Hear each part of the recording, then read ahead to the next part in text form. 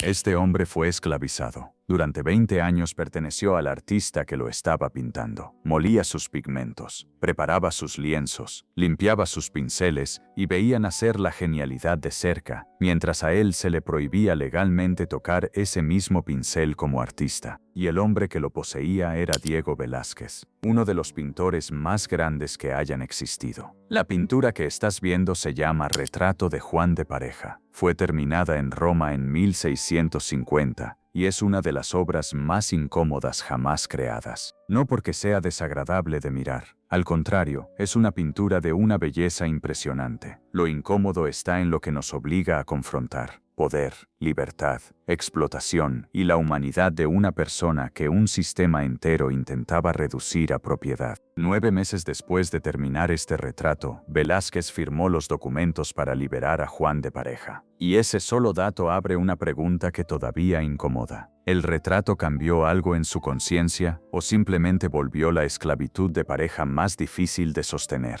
Nunca lo sabremos con certeza. Pero justamente esa incertidumbre hace que esta pintura sea tan poderosa, porque no nos entrega una historia moral sencilla. Velázquez pintó a Pareja con una dignidad extraordinaria, y también fue su dueño durante décadas. Ambas cosas son ciertas, y ninguna borra a la otra. Antes de entrar en la historia, dime algo en los comentarios. ¿Crees que una pintura puede obligar a una persona a reconocer la humanidad de alguien a quien antes veía como propiedad? Y si te gusta descubrir las historias incómodas detrás de las grandes obras de arte, suscríbete al canal, porque aquí no miramos los retratos solo por su belleza, sino por las preguntas que todavía nos hacen. Y lo más fuerte de esta pintura es que cuanto más hermosa parece, más difícil se vuelve ignorar lo que hay detrás. Diego Velázquez nació en Sevilla en 1599 y se convirtió en uno de los pintores más célebres de la historia. En sus 30 años ya era pintor de corte del rey Felipe IV de España, creando obras maestras que todavía hoy cuelgan en los museos más importantes del mundo. Juan de Pareja nació alrededor de 1608, probablemente en Antequera, al sur de España. Su madre se llamaba Zulema y era una mujer esclavizada, mestiza, de ascendencia africana parcial. Su padre era un español blanco, también llamado Juan, y quizá pudo haber sido el mismo hombre que esclavizó a la madre de Pareja. No lo sabemos con certeza. Lo que sí sabemos es que Pareja fue descrito en documentos históricos como morisco. Ese término podía referirse a un musulmán convertido al cristianismo, pero también se usaba para describir a personas de ascendencia mezclada o de color considerado inusual. En la España del siglo XVII, eso significaba vivir en los márgenes de una sociedad obsesionada con la pureza de sangre. Y hay algo fundamental que entender. La esclavitud era común en la España de Velázquez. En Sevilla, probablemente 1 de cada 4 personas estaba esclavizada. Muchos talleres artesanales usaban trabajo esclavizado. Personas que molían pigmentos, preparaban materiales, estiraban lienzos y sostenían con su labor invisible la vida económica y cultural de la ciudad.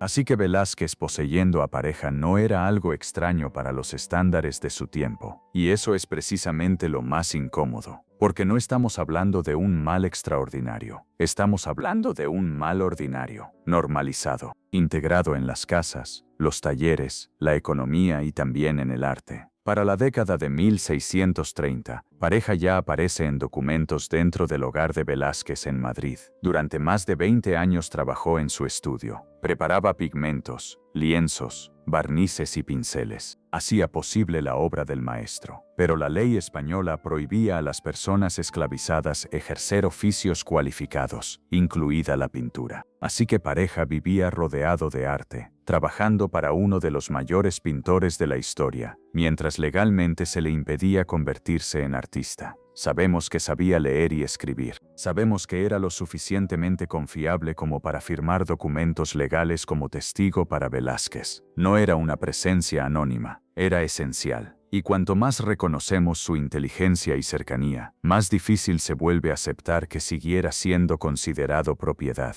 En 1649, el rey Felipe IV envió a Velázquez a Italia para adquirir obras de arte para la colección real. Juan de Pareja viajó con él. Pasaron por Génova, Milán y Venecia, viendo obras de Tiziano, Tintoretto y Veronés. Para cualquier artista, ese viaje habría sido una educación extraordinaria. Pero Pareja no viajaba como artista libre, viajaba como parte del entorno de Velázquez, como asistente, como persona esclavizada. En Roma, Velázquez recibió uno de sus encargos más importantes: pintar al Papa Inocencio X. El Papa era poderoso, impaciente y no parecía dispuesto a posar durante largas sesiones. Velázquez necesitaba practicar, probar su paleta y afinar su técnica para pintar rápidamente del natural. Y entonces recurrió a Juan de Pareja. Preparó un estudio temporal en Roma y pintó este retrato. El hombre que había preparado incontables lienzos para su amo se convirtió, por fin, en el sujeto de la pintura. Mira la maestría técnica, el cuello blanco contra la ropa oscura, la piel cálida, casi cobriza, los ojos que parecen seguirnos por la sala, la postura segura, la cabeza ligeramente elevada, el cuerpo que no pide permiso para existir.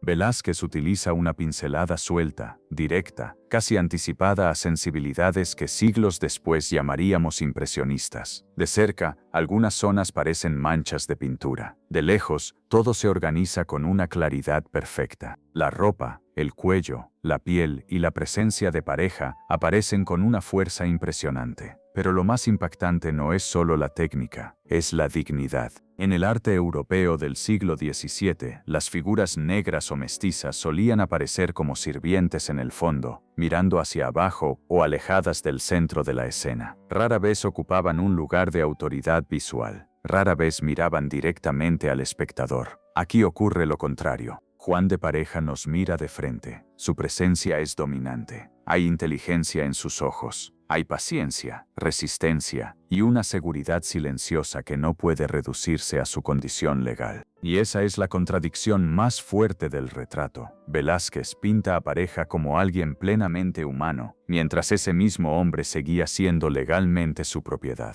Si este retrato ya te parece más complejo de lo que esperabas, suscríbete al canal, porque las grandes obras no solo muestran belleza, también pueden obligarnos a mirar las contradicciones morales que hicieron posible esa belleza. Y dime en los comentarios, ¿qué te impacta más, la dignidad de Juan de Pareja o el hecho de que esa dignidad fuera pintada por el hombre que lo poseía? Cuando el retrato fue terminado, Velázquez lo exhibió en el Panteón de Roma el 19 de marzo de 1650, durante las celebraciones de San José. La reacción fue extraordinaria. Según un pintor flamenco que estuvo allí, en una sala llena de obras, la gente decía que todo lo demás parecía pintura, pero este retrato parecía verdad. Y esa frase importa, porque la verdad de la pintura no estaba solo en la técnica, estaba en la presencia de Pareja, en esa mirada que no se esconde, en esa humanidad que, una vez vista, ya no podía negarse tan fácilmente. Pero aquí la historia se vuelve todavía más incómoda. Según algunos relatos tempranos, Velázquez hizo que Juan de Pareja llevara el retrato por Roma para mostrarlo a posibles clientes. Piensa en eso por un momento. Pareja caminando por Roma con una pintura de su propio rostro, promocionando su propia imagen y su propia humanidad como prueba del genio de otra persona. El retrato le dio celebridad a Velázquez, le abrió puertas, lo preparó para grandes encargos, incluido el retrato papal. Pero ¿qué le dio a Pareja? No podía firmarlo, no podía reclamar autoría, no podía recibir el reconocimiento artístico de esa imagen.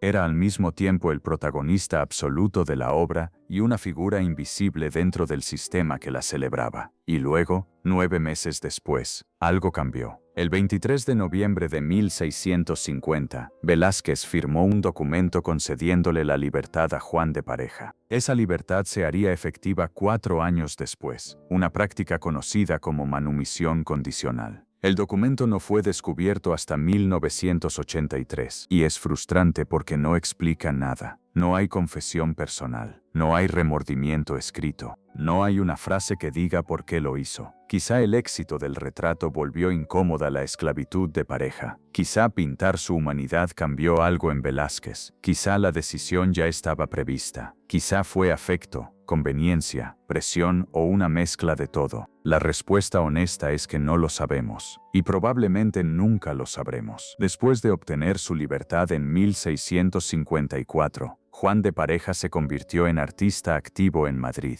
Pintó escenas religiosas, retratos y obras de gran escala para iglesias y mecenas. Construyó una carrera independiente, no como asistente de Velázquez, sino como su propio hombre. Y eso es fundamental. Pareja no intentó ser simplemente otro Velázquez. Mientras Velázquez trabajaba con pinceladas sueltas y atmósferas sobrias, Pareja se acercó más a la escuela madrileña, con escenas densas, composiciones pobladas y colores ricos inspirados en la tradición veneciana. En 1661 creó su obra más famosa, La Vocación de San Mateo, una pintura enorme que muestra el momento en que Cristo llama al recaudador Mateo para seguirlo. Y en el extremo izquierdo de esa obra, Pareja incluyó un autorretrato de cuerpo entero. Está de pie, vestido como un caballero español, mirando otra vez directamente al espectador. Después de décadas de invisibilidad y de años siendo propiedad de otro hombre, Juan de Pareja se pintó a sí mismo dentro de la historia. Reclamó autoría. Exigió ser visto, y fue visto. La pintura fue encargada para una iglesia, exhibida públicamente y respetada. Pareja continuó pintando hasta su muerte en 1670. Hoy, 14 obras se le atribuyen firmemente, con varias atribuciones posibles más. Durante siglos, sus aportes fueron ignorados o minimizados. Algunos historiadores lo vieron solo como alguien que intentó copiar a Velázquez y falló.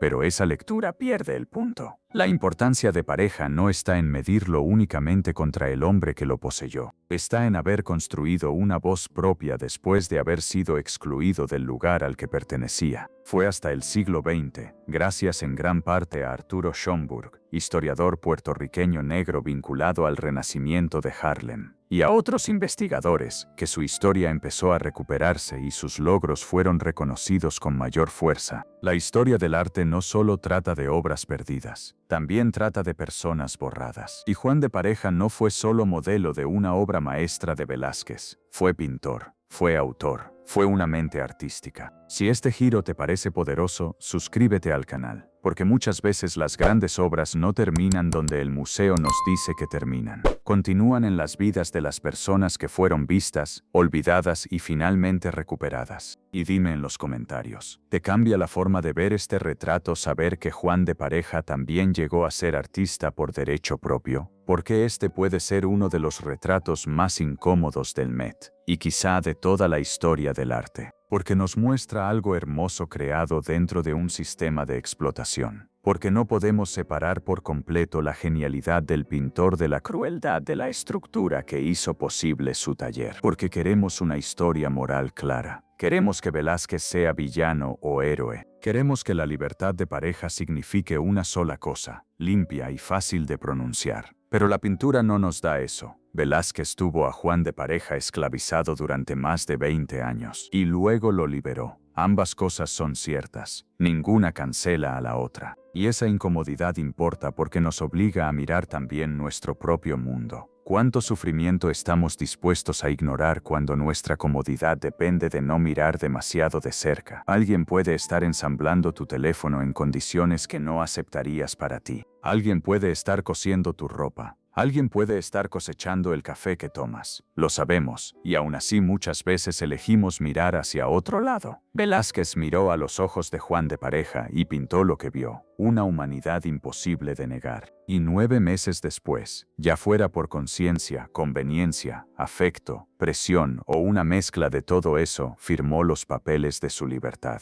La pregunta que este retrato nos hace es incómoda. ¿Qué tendrías que ver tú para hacer lo mismo? Este retrato cuelga en el Museo Metropolitano de Arte de Nueva York, donde se encuentra desde 1971. El museo pagó $5,5 millones por él, una cifra récord en aquel momento. Y la gente sigue deteniéndose frente a la pintura, cautivada por esos ojos. Porque esos ojos no piden lástima, no suplican, no se esconden, nos miran. Y al mirarnos, nos obligan a sostener una contradicción. Una imagen puede ser profundamente bella y profundamente injusta al mismo tiempo. Una obra puede revelar humanidad incluso cuando nació dentro de un sistema que la negaba. Me encantaría saber qué piensas. Déjame en los comentarios si conocer esta historia cambia la forma en que ves el retrato. Y dime también, si hubieras estado en la posición de Velázquez, ¿crees que habrías tomado la misma decisión? Y si te gustó mirar esta obra desde una capa más profunda, suscríbete al canal para seguir explorando los grandes maestros, sus obras más poderosas y las historias humanas que muchas veces quedan ocultas detrás de la belleza. Gracias por quedarte hasta el final. Y la próxima vez que veas el retrato de Juan de Pareja, no mires solo la maestría de Velázquez. Mira también al hombre frente a nosotros. Mira su dignidad, su paciencia y su presencia. A veces, un retrato no se vuelve inolvidable porque muestra lo que el pintor podía hacer, sino porque nos obliga a reconocer a la persona que el mundo intentó no ver.